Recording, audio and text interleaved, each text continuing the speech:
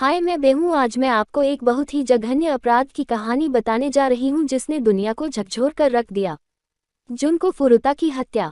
जुनको फुरुता एक 16 वर्षीय जापानी लड़की थी जिसे 22 नवंबर 1989 को उसके अपहर्ताओं के हाथों मरने से पहले 44 दिनों तक बलात्कार और यातना दी गई थी। पूरे जापान में कंक्रीट में लिपटी लड़की के रूप में जानी जाने वाली जुनको फुरुता के मामले ने पूरे देश का ध्यान आकर्षित किया, क्योंकि मौत से पहले उसे पूरी क्रूरता से गुजरना पड़ा था।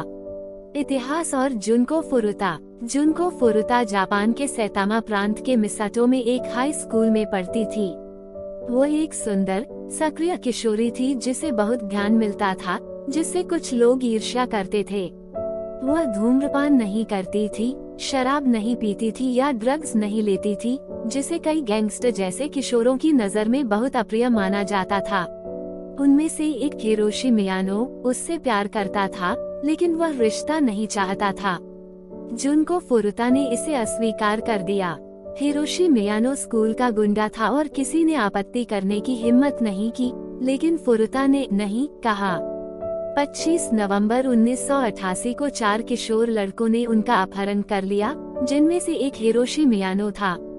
लड़के जुनको फुरुता को टोक्यो के अदाची के अयासे इलाके में अपहरणकर्ताओं में से एक के माता पिता के घर ले गए। अपहरणकर्ताओं ने जुनको फुरुता को अपने माता पिता को फोन करके यह बताने के लिए मजबूर किया कि वह भाग जाएगी और एक दोस्त के साथ रहेगी। यह समझने में असमर्थ कि क्या होने वाला है और बहुत भयभीत, जुनको ने ठीक वैसा ही किया जैसा उसे बताया गया था। इस प्रकार उसे खोजने के पहले प्रयासों को रोक दिया।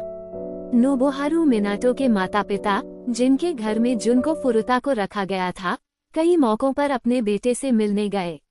हालांकि उसके खिलाफ हिंसा बढ़ने की धमकी के तहत जुनको को यह दावा करने के लिए कहा गया कि वह लड़कों में से एक की प्रेमिका थी।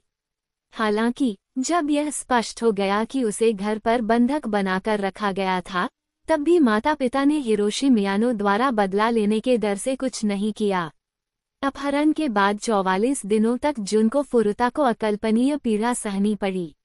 जुनको फुरुता की मृत्यु। 44 दिनों के दौरान जब उसे बार बार प्रताड़ित किया गया, पीटा गया और बलात्कार किया गया, जुनको फुरुता ने अपने अपहरणकर्ताओं से कई बार विनती की कि वे उसे मार दें और उसे खत्म कर दें।